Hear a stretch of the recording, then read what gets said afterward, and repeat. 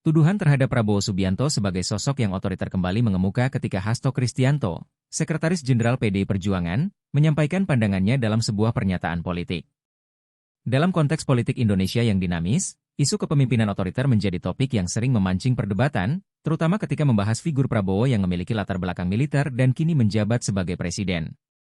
Hasto Kristianto mengaitkan tuduhan otoriter ini dengan gaya kepemimpinan Prabowo yang dinilai tegas dan cenderung menggunakan pendekatan sentralistik dalam pengambilan keputusan.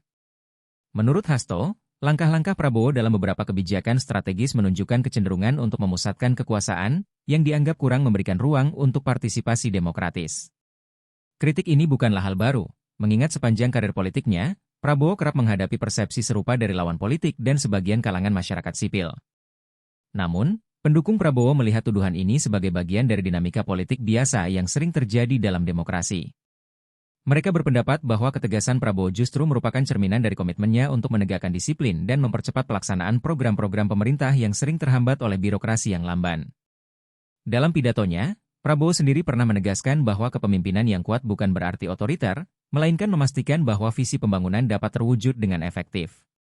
Sebagai presiden, Prabowo telah mengambil sejumlah langkah yang menuai pro dan kontra. Misalnya, kebijakan terkait penguatan sektor pertahanan dan keamanan dinilai sebagian pihak sebagai langkah preventif yang diperlukan di tengah tantangan geopolitik. Namun, kritik dari oposisi seringkali menyoroti kekhawatiran bahwa kebijakan tersebut bisa mengarah pada kontrol berlebihan terhadap ruang kebebasan sipil. Tuduhan otoriter terhadap Prabowo juga tidak terlepas dari sejarah politiknya. Sebagai mantan perwira militer, rekam jejaknya di masa lalu sering dijadikan landasan untuk memperkuat narasi ini.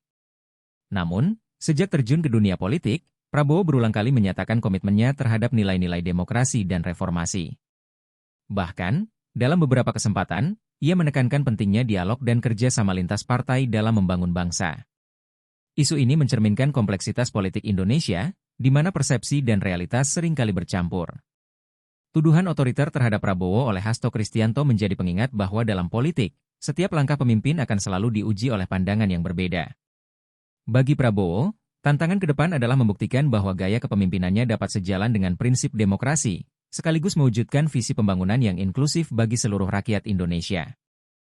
Prabowo Subianto, Presiden Republik Indonesia, menyampaikan rasa kecewanya terhadap tuduhan yang dilontarkan Hasto Kristianto, Sekretaris Jenderal PDI Perjuangan, yang menyebutnya sebagai pemimpin dengan gaya otoriter.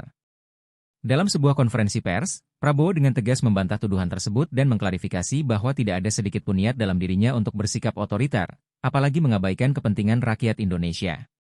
Saya merasa tuduhan ini sangat tidak berdasar.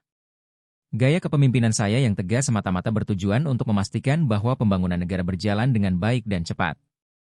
Saya selalu menghormati prinsip-prinsip demokrasi dalam setiap kebijakan yang saya ambil, ujar Prabowo. Prabowo menjelaskan bahwa ketegasan yang ia tunjukkan adalah bentuk tanggung jawab sebagai kepala negara untuk membawa Indonesia menjadi lebih maju dan sejahtera. Ia menambahkan bahwa setiap kebijakan yang diambilnya selalu melalui proses konsultasi dengan berbagai pihak, termasuk ahli, pemimpin daerah, dan wakil rakyat. Prabowo juga menekankan bahwa tuduhan seperti ini justru bisa memecah belah bangsa dan menciptakan kesalahpahaman di masyarakat.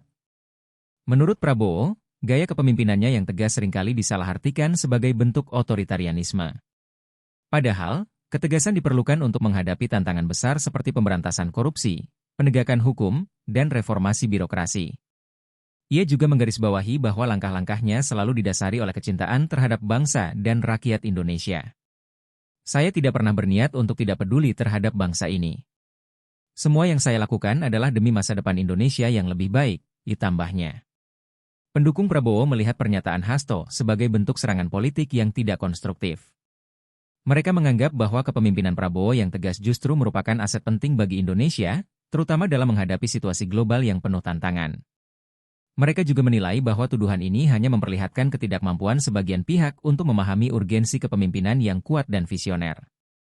Hasto Kristianto sebelumnya mengkritik kebijakan-kebijakan Prabowo yang dinilai terlalu sentralistik dan kurang melibatkan partisipasi publik.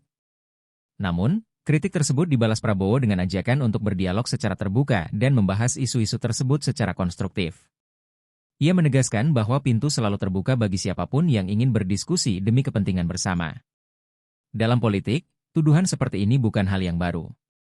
Namun, bagi Prabowo, Penting untuk menjadikan momen ini sebagai pembelajaran bahwa komunikasi dan kolaborasi adalah kunci untuk membangun kepercayaan publik.